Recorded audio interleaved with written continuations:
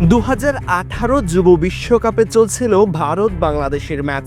Strike এন্ডে দাঁড়িয়ে বাংলাদেশি বোলারদের 4 ছক্কা হাঁকাচ্ছেন ভারতের তরুণ ব্যাটার পৃথ্বী শ। এমন সময় বোলিংয়ে আসলেন এক বাঁহাতি পেসার। হার্ড লেন্থের এক গতিময় ডেলিভারিতে ভেঙে দিলেন পৃথিবীর স্ট্যাম্প। স্পিড মিটারে বলের গতি দেখাচ্ছে 160 কিলোমিটার। আলোড়ন পড়ে যায় পুরো বিশ্ব জুড়ে। বোলারের নামটা কাজী অনিক ইসলাম। সেই বলটা অবশ্য স্পিড মিটারের ভুলেই এত গতি দেখাচ্ছিল, তবে বাংলাদেশ সেদিন ঠিকই পেয়ে গিয়েছিল এক আগামীর তারকা। 160 না হোক, তিনি বোলিং করতে পারতেন 140 গতিতে। ছিল ভেরিয়েশন, কাটার মারার দক্ষতা। হতে পারতেন দেশের পরবর্তী স্টার ক্রিকেটার। তবে মাদকের থাবায় অল্প বয়সেই কালো অন্ধকার নেমে এসেছিল কাজী অনিকের জীবনে।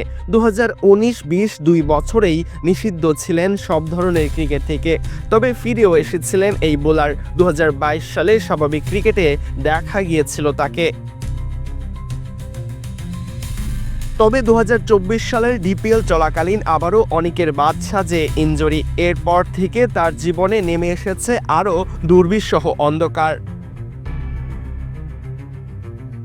এবার এক ফেসবুক পোস্টে নিজের অসহায়ত্বের কথা বলতে দেখা গেছে অনিককে।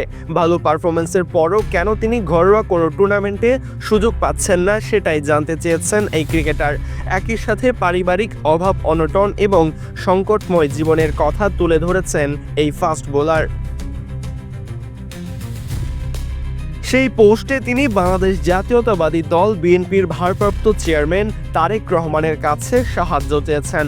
তিনি বলেন, আমি যেন আমার ক্রিকেট জীবনে আগের চেয়েও আরও ভালোভাবে ফিরতে পারি, সেই আশায় সম্মানিত জনাব তারেক রহমান স্যারের সদয় দৃষ্টি এবং সহানুভূতিশীল সহায়তা কামনা করছি। দুদিন আগেই ক্রিকেটার শাহিনের দুর্বিষহ জীবনের কথা জেনে তার প্রতি সাহায্যের হাত বাড়িয়ে দিয়েছেন তারেক রহমান। সেজন্যই হয়তো এবার কাজী অনিকরাও ভরসা খুঁজে পাচ্ছেন এই দেশ নেতার কাছে। সরাজয়ন, ডি স্পোর্টস।